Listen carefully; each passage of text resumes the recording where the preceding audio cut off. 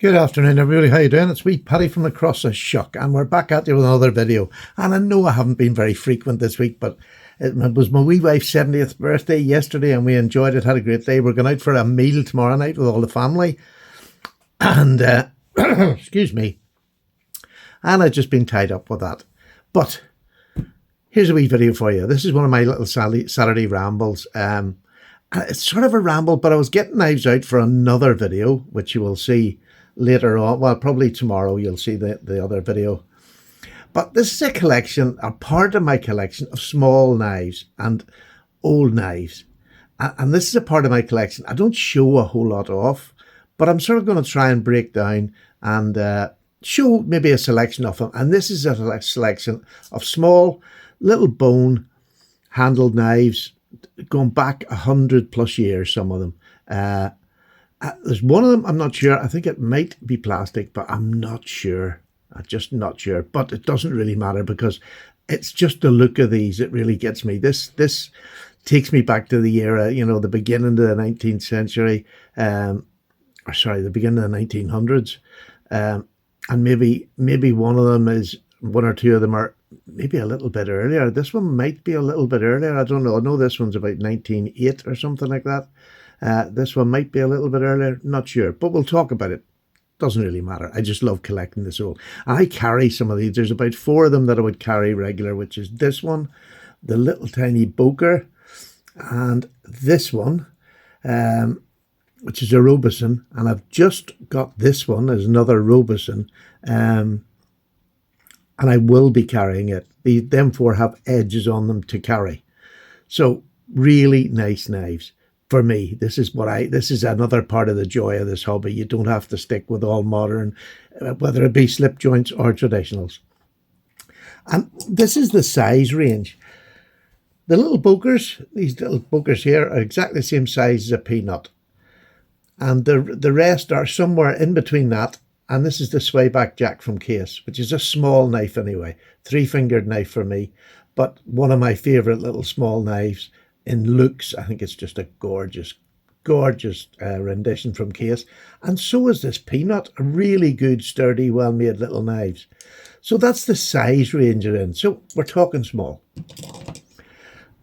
So let me start. I'll start at this end. These are 2 Robeson knives. I had been given this as a gift from Gunslinger Cal, and then I was given this as a gift by Brian, I believe. Was it Brian? I think it was Brian S. Was it Brian S? Can't bloody remember now. It's gone off the top of my head. Anyway, these were 2 beautiful little knives that I received. Absolutely stunning. It wasn't Brian. It was somebody else. Oh, it'll come to me whenever it does. But you know what my head's like. I apologize, whoever it is, that I couldn't get it right.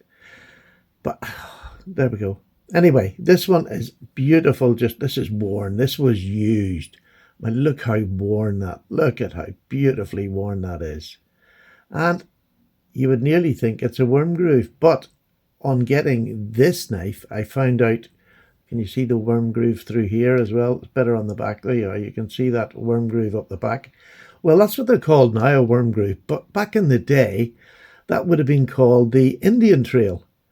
Or that was it. Well, let me just get the Indian Trail. Yeah, it was Indian Trail, and it was to simulate Indians tracking, and they all would have walked in a line through whatever they were, and that was the sort of line that would have walked. So I sort of think that this is very much similar in that design. You can see that long gouge up there. But I just love these knives. Both little 2-bladed knives. This one is a little pen knife. You have a large and a small pen blade in great condition. Lovely edge on it. And this one is a jackknife with 2 blades come from the same side or from the same end. Again, lovely blade, plenty of blade left, lovely edge on them now. So, I mean, these definitely users. And honestly, I do romanticize because when I'm holding these in my hand, I'm thinking, you know, this is like 120 years ago. 120 years ago, roughly. And like, what were the men who owned these doing? What were they doing? And I mean, I really do love these little small bolsters. I'm actually on the lookout for. I just think they're really nice in a penknife this size because it's not going to be for hard use. You don't need a big bolster, which the bolsters and the end caps were used to give a knife strength, make it a sturdier sort of knife. But I just think that is absolutely stunning. Two beautiful knives to have in my collection. And I love to have, when I get makers like Robust and American makers, it's quite difficult over here, but to get two from the same company, although they're both different. One's a penknife, one's a jackknife, and they've both got that. You can see that there. They both got that gun stock shape. If you can see it, you can see that gun stock shape on both of them. Just love it, absolutely lovely. So, and I'm going to be saying that an awful lot, and I don't mean to. Now, here's another two. I had bought this one quite a long while ago. This is a little two blade again, little two blade penknife, small penknife, and a lovely clip with a long pull on it. Just love it. I have this sharp. This is one that I often carry in my jammies or so, because I have a knife on me all the time. I'm sad, I know. And then you have this other one here, which has a little penknife. And these are both Boker, but they're both USA made Boker, which, again, I just love the fact that I've got them. I've got a Boker collection, but these are the only two USA made ones. But even then, they've got different crests on them. If I bring this up, you'll see this one here. It's got, let me just get my eyesight into focus. It's got tree band underneath the tree, but this one hasn't. It just has the tree. So I'm sure you can age them by that, but I don't know. I'm not sure. I looked up, when I had this one, I looked up when the dates in it were made in America, but maybe if somebody can help me fill them in. But two beautiful little knives and great for a fifth pocket. I mean, I love a little fifth pocket knife because invariably in my sort of a day, or if I'm outside anywhere, I'm going to be cutting a tag off. I'm going to be cutting a bit of thread. I'm not going to be doing anything. I always have a better penknife in my pocket for tougher situations, but these are just great to bring out, and they're non-offensive, lovely non-offensive knives. And I know people say, oh, it's stupid rules over here, but you want to know the sad thing is, that's the rules, and sometimes just easier to keep them, and this makes that easy because they're just beautiful knives. Obviously all these are all under that 3-inch which we have over here. And then this is the next one. This is a beautiful one. Look at the bone, and that again, a knife that had been used. It is beautifully made, in great condition. Lovely knives. Now it's been cleaned up a bit for it was rusty. I have this like a little razor, little twin bladed pen knife. Beautiful. And honestly, it would cut the fingers off you. It's carbon, the old carbon steel, just as beautiful, but it has them small end caps on them, and I think it just adds to something. It's got a little shield on there. It's pinned, but just by one pin in the center, and it does move a little bit. So I need to stick that down or do something, but it's pinned, so I'm not going to lose it. You can actually see the mark of the little pin on it. But I just think it is a stunning little knife. Stunning, just gorgeous. And again, this was part of my thing this year. I wanted to get more American, the older American knives, and the older UK knives. And I've done really well at that this year. As far as that goes, my year has been a success. So this is one now. I think this was Thompson. No, this is Vulcan. Oh, I'm really good, aren't I? This is...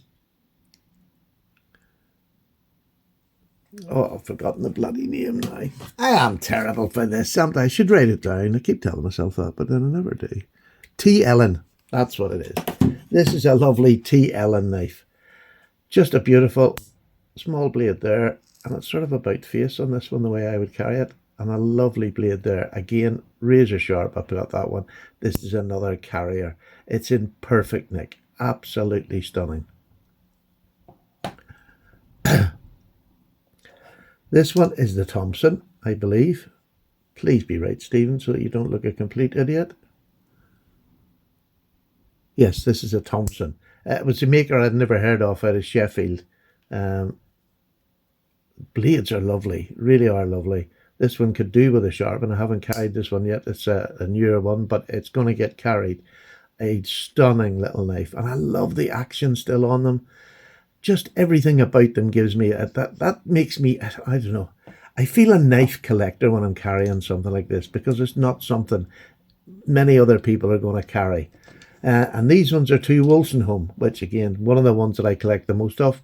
One, because they're easy to get over here. But look at that beautiful blade on it. And there you have the George Wolstenholme. There you go. George Wolstenholme on it. Really lovely snap on them blades. Really lovely. And I don't know, do you let me know down below, do you like old knives like these, or is this something you just rather leave in the past and not have? I know, do you collect them? I mean, even on Instagram, if you want to send me a picture of some of the ones you have, I'd love to see them. And especially if you've got old American ones, because I really would love to collect more of them next year. I've done well this year, so I'm quite happy. This is another IXL, little small. This is the same size as the, there we go. It's actually a little bit bigger. Just a slightly bit bigger, but I'm telling you, it feels much more substantial. If you look at the two, look at the back of them, look how thin the back springs are in this compared to this. So this really feels like a knife you could take out and use. And it has a little skinny pen blade, and this is the blade that was probably used the most in this knife because there's not much wear on that there. And it's the walking, talking these days. They were built to last. They weren't built just for throwing away once you'd finished. So they wanted you to use these until they were down to nubs. But I love the little pairings that I tend to make up. You know, two Wolstenholme, two Boker, two Robeson. You know, I'll look for another Thompson. I'll look for another in that size, in this little size, and little bone. I love jig bone. Again, I've probably said it a million times, but let me know, is it something you would have in your collection? Is it sort of a thing that you would find interesting? Because I just do.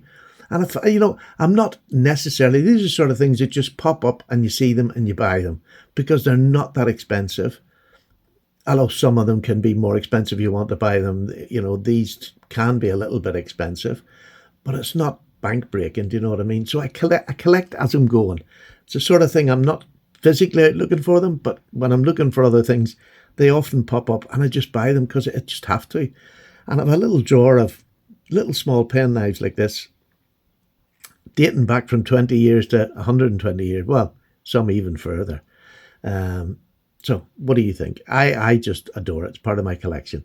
If you like this, please like, subscribe and comment.